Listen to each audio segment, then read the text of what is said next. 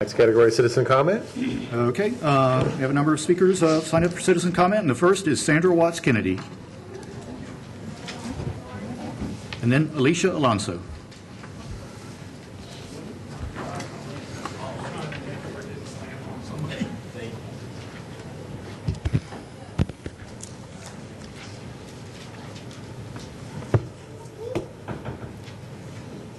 My name is Sandra Watts Kennedy. We are here tonight wearing black to remind you that the I'm sorry, this is very emotional. To remind you that the Cabot Koppers Superfund site has inflicted a mortal wound on many members of this community. There is an ongoing human cost that you choose to ignore. Promoting and funding festivals and art shows for the purpose of greenwashing the inconvenient truth of our suffering is a slap in the face to Koppers victims and refugees. What are you thinking? We are in disbelief that anyone could be so callous as to support these events held on the backs of the immediately affected. Gainesville residents have been protesting, testifying of their families' illnesses and deaths, and demanding environmental justice and permanent relocation for over 50 years. There is a visibly coordinated effort to suppress the inconvenient truth about the real health effects of Koppers contamination on families and their children, the contamination inside of our homes, and the ongoing contamination of the source of our drinking water. Countless families have been devastated, and many more will be harmed as you continue your efforts to keep the secret of our toxic tragedy under wraps. Now we will begin an ongoing memorial to honor the friends, families, and neighbors that we have lost to Koppers contamination over the decades so that they will not be forgotten. Before we start, we want to send our love and very best wishes to Mrs. Verinda Osteen, a Koppers victim who has testified before you for decades about her family's suffering and losses to the chemical contamination, who is currently hospitalized. Before entering the hospital, Mrs. Osteen provided the names of some of her family members and friends who she would like us to honor. James Frank Osteen Sr., James Frank Osteen Jr., Jamie Green Osteen, Aggie Osteen, George Osteen, Jimmy Johnson, Owen Bryant Sr., Owen Bryant Jr.,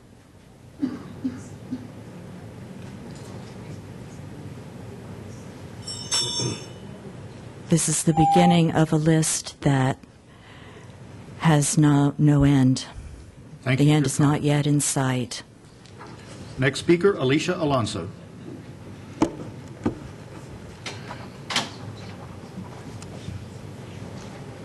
Hi, my name is Alice Alonso,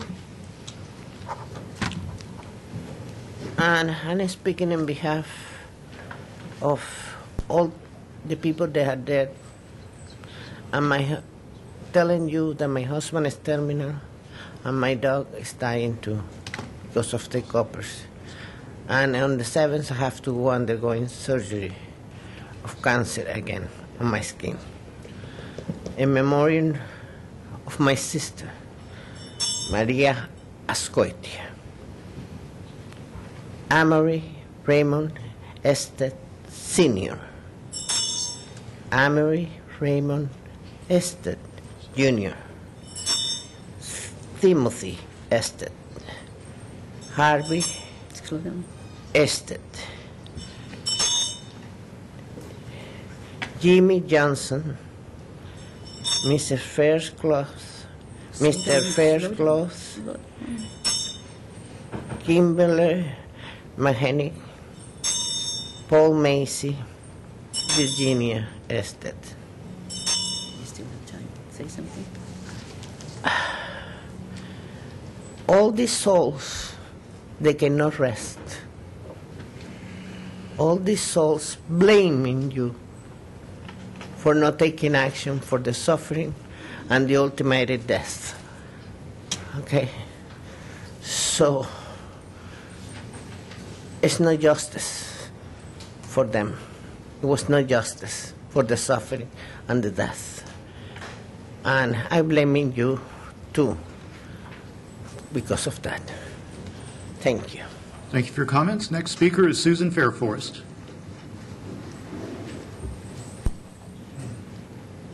Next speaker is Susan Fairforest. Okay, we'll go on to the next one then. Ron Hodill.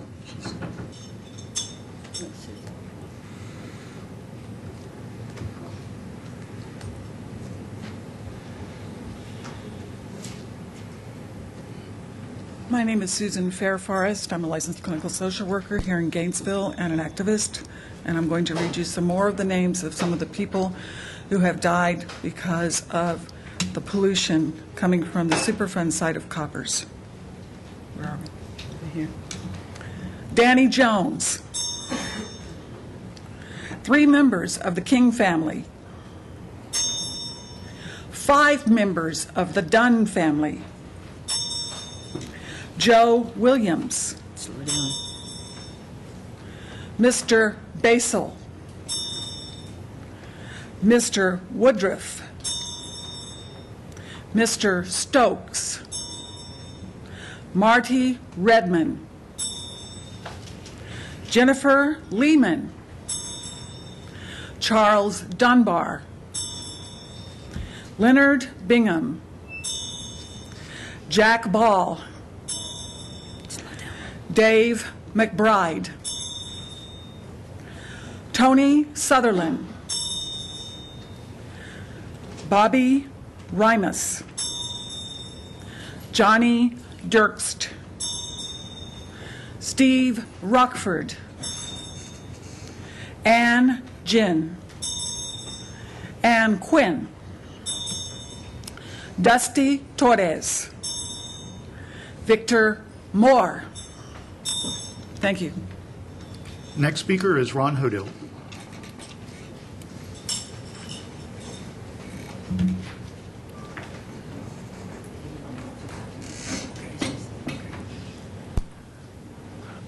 My name is Ronald Hodill. I'm a member of Seton Foster Neighborhood, and I'm only going to second the mentioning of the names who are here tonight dedicated in our cause, to remember them who died unjustly from the pollution.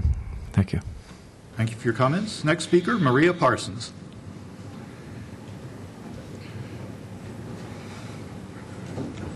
Maria Parsons. We will be doing this on a regular basis, reading the names to put a face to all of those that we have lost in this community, because it seems to be a most incredible, I don't even know what to call it, unjust, deliberate, ignoring the facts that people have died, people are sick, our neighborhoods have emptied out. We do not have our families that we had before. We do not have our friends, and yet we seem to be coming together in this city at all levels of governments and agency to deliberately lull people into a false sense of security by putting feel-good, I repeat, feel-good art fairs, feel-good neighborhood festivals. I cannot believe this. I've never heard such thing. The people in the neighborhoods that are sick and dying do not appreciate this.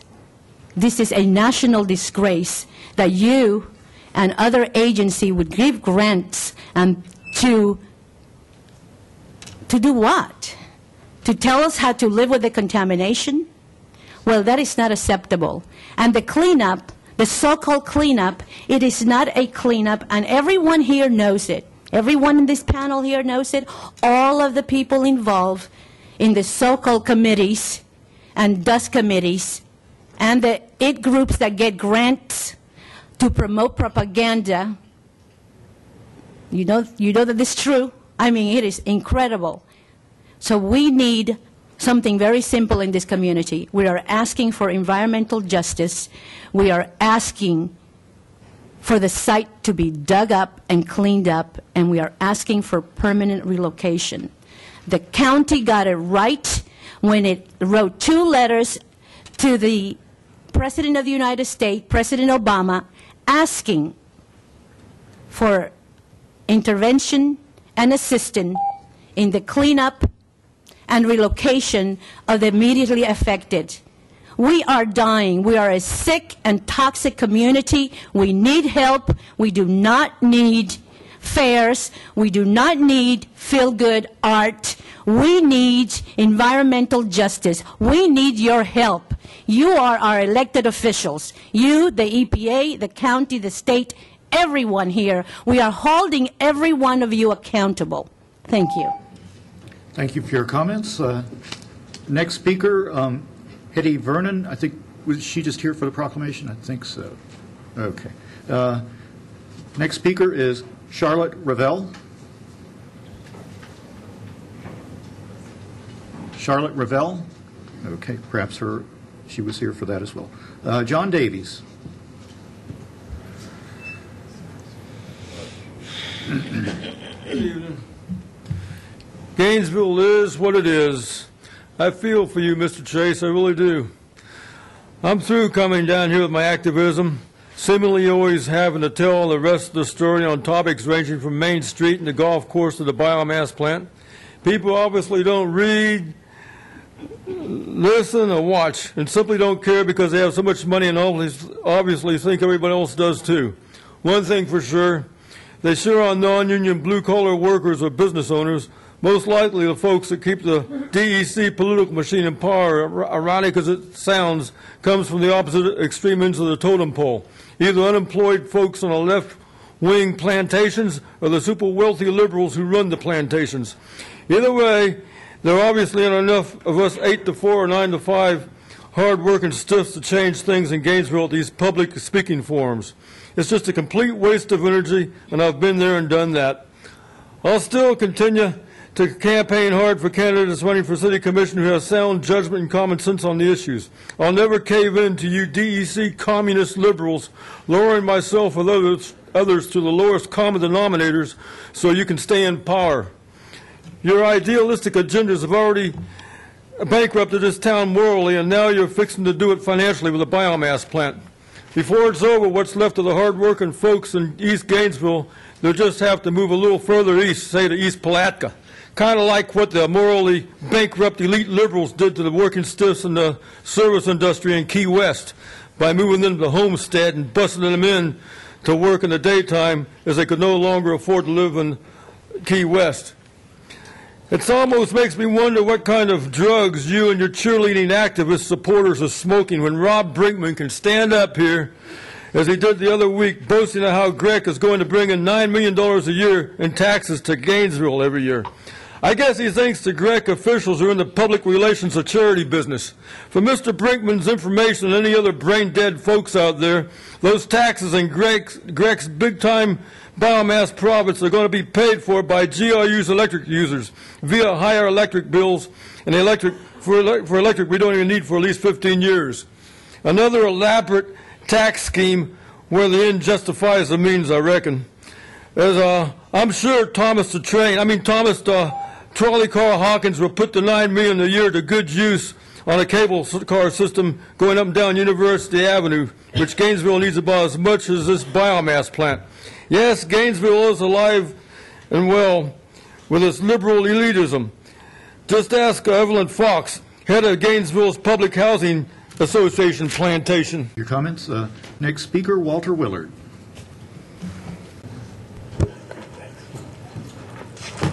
Walter Willard came by near Belpass. You couldn't see me back there when I stood up. No, I couldn't. You're moving kind of slow. Well, let's put an end to your cronyism. Ally Ed Brady and Jake Fuller today about you and your research assistant, because there's a lot of firepower here. You're on the oath now. So help me. Your research assistant, you advertised, you didn't get a chance to advertise that job because your research assistant sought you out. He sought you. You didn't seek him. Is that correct? Actually, that is not correct. Uh-oh. I hope it's partly correct. We're going to find out here tonight. From what I can understand, he sought you out. You didn't seek him. Which means anybody on that underground list had a chance at that job. Advertised, no advertised. For all we know, Ed and Jake Fuller could have been on that underground list. For all we know, they might be jealous because they didn't get it. If you hadn't found no one on that underground list, that position would have been advertised. That's correct. And that's a fact. As for him seeking you, who sought who? Uh-oh. Another thing I want to cover, I hope you haven't covered this, bears a whole lot of uh-oh. Have you covered Article 0110668, correction of the scrivener's error, the last on the little back page? We have not gotten to that item yet, no. Great. That bears discussion. Dredging up old errors. And talking about Peggy got things named in her name, and they taking them out. She may have another name in her name. Matter of fact, we're going to rename. We're going to have to do something about the scrivener's error. We're going to have to rename it Lowe's error. We're not going to be dredging up on the east side. We're going to dredge it up all over town. And we need art. We definitely need art. I need my medicine back. You ought to see her when she's not on medicine. We need art. We need Department of Education, too. We need to abolish neither one of them. Rather have art than have Jungle Jim around here busting off limbs. Him and Cheetah. What Jack talked about last time. That's... You're going to catch some fire for that. They old blockading the city hall talking about abolish the city commission. Not on my watch.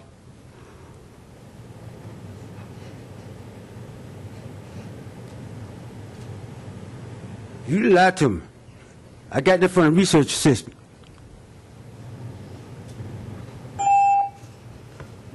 Thank you for your comments. Carry on. We will. Next speaker is Anna Wynn. I'm here on the Koppers issue. The other Superfund sites that I've read about seem to get taken care of, but ours has been in the neighborhood at least 75 years? What's the real amount of years? Almost 100. That's a long time.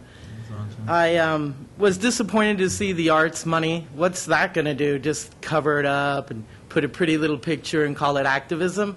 That's not activism. I saw the picture in the newspaper, too, of how they want the Superfund site to look with beautiful 100-year-old trees. There's not a tree going to grow there. It's all contaminated. Thank you, sir. Next speaker is B. Horton. I'm B. Horton. Just letting you know, in case you, some of you do not know by now, which I very seriously doubt, my house is going to be up for sale in the lobby March 8th at 11 o'clock. To a certain degree, it's going to put a relief off my back. But I'll tell you what, I'm here. And I'm going to be continuing doing what I've been doing. And that is digging and digging and let the truth come out, as it's been doing for the past 2 years. I put my life on hold. I can't have my kids over the house. I can't have my grandkids over the house. I can't have my extended grandchildren over to the house. But I will be here. And believe me, you ain't never seen the digging I'm going to do. There's two other things I need to mention. And one is directed to the mayor and the rest of the commissioners. That man that's sitting right there, Todd Chase, he represents my area, my district. He may or may not agree with what I'm doing, or he may not even see. But I'll tell you what, if that man that's sitting right there that represents me and others in our districts ask what color the bloomer of Donald Duck's, what color the Donald Duck's bloomers are, then you better have an answer for him. Rudeness is not going to get it. And he will get the respect, as I expect every one of you commissioners to get. And like I said, I don't care what question he asks. I don't want to hear anywhere that there's done deals or anything else. That's his job, to look at everything and come up with whatever the solution that he feels is right for his district and for this city.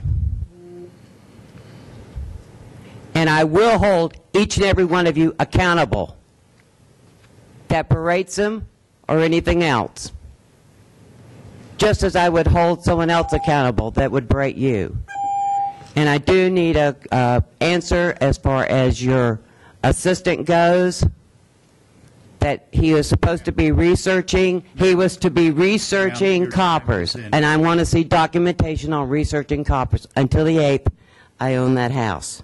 You keep that in mind. Thank you. Conclude your comments. Next speaker is Debbie Martinez. Actually, excuse me. That is not in order. Yes, Ms. Martinez, please come forward.